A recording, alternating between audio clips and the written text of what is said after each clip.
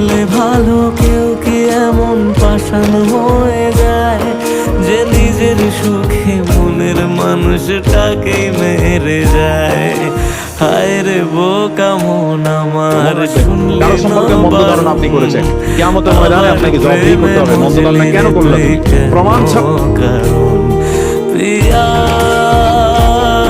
পিয়া পিয়া পিয়া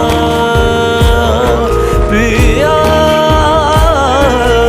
কোরআন বলে তুমি যদি আমাকে মুখস্থ করো তাহলে হাফেজ হয়ে যাবে, যদি আমাকে সুর করে পড়ো তাহলে কারি